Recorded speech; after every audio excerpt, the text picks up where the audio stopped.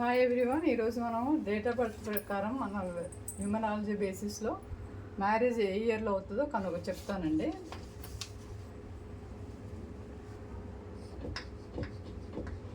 Know the marriage year.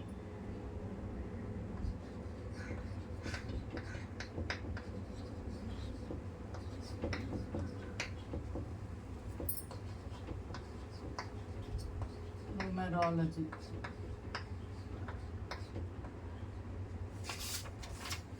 First ఇక్కడ కొన్ని నెంబర్లు ఇస్తాను, చూసుకోండి ఎలా చేయాలో.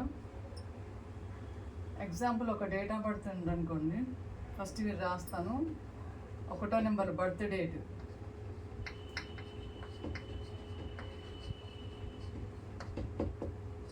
ఒకటో నెంబర్లో పుట్టిన వాళ్ళకి 1,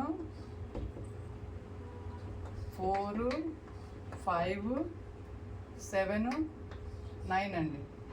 2లో పుట్టిన వాళ్ళకి 1, 2, 5, 6, 8.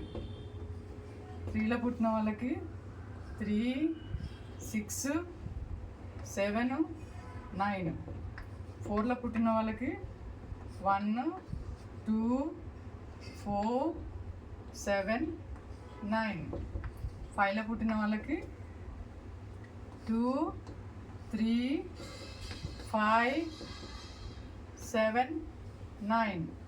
6లో పుట్టిన వాళ్ళు 1, 2, 3, 5, 6, 8.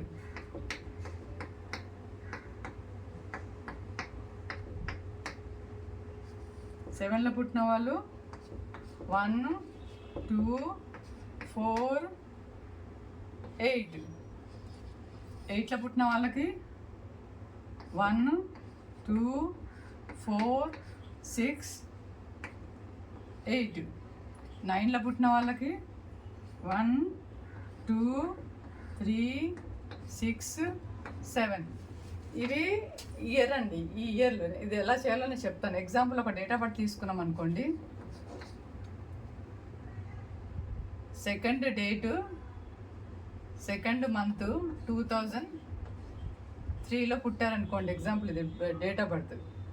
వీటన్నింటినీ ఇప్పుడు ఎలా చేయాలో మనం ఈ అబ్బాయికి ఇప్పుడు 2003 కదండి, ఇప్పుడు పెళ్ళి అవుతుందో లేదో కనుక్కుందామండి. ఎగ్జాంపుల్ 2కి 2 మంత్ 2 వేసేయాలండి.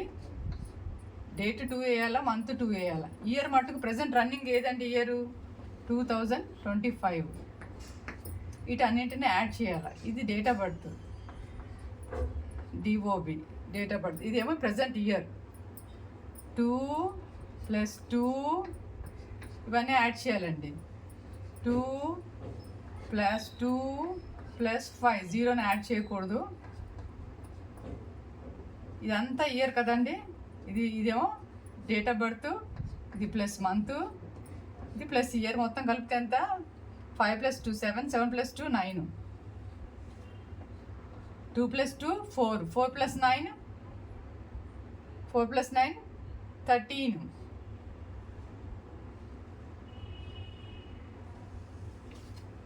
13 కదా, అంటే 13 = 4. Total number 4. అంటే ఈ అబ్బాయి ఏ డేట్న పుట్టాడు? సెకండ్న పుట్టారు కదా.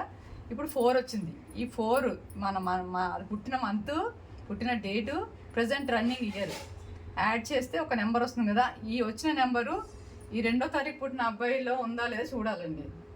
4 ఇక్కడ ఎక్కడ లేదు కదా, అంటే ఈ అబ్బాయిది ఇయర్ మ్యారేజ్ అయ్యే ఛాన్సెస్ లేవన్నమాట. అలా చూడాలండి. అర్థమైంది అనుకుంటాను. Thanks for watching. If you like my video, please subscribe and share my video. Thank you.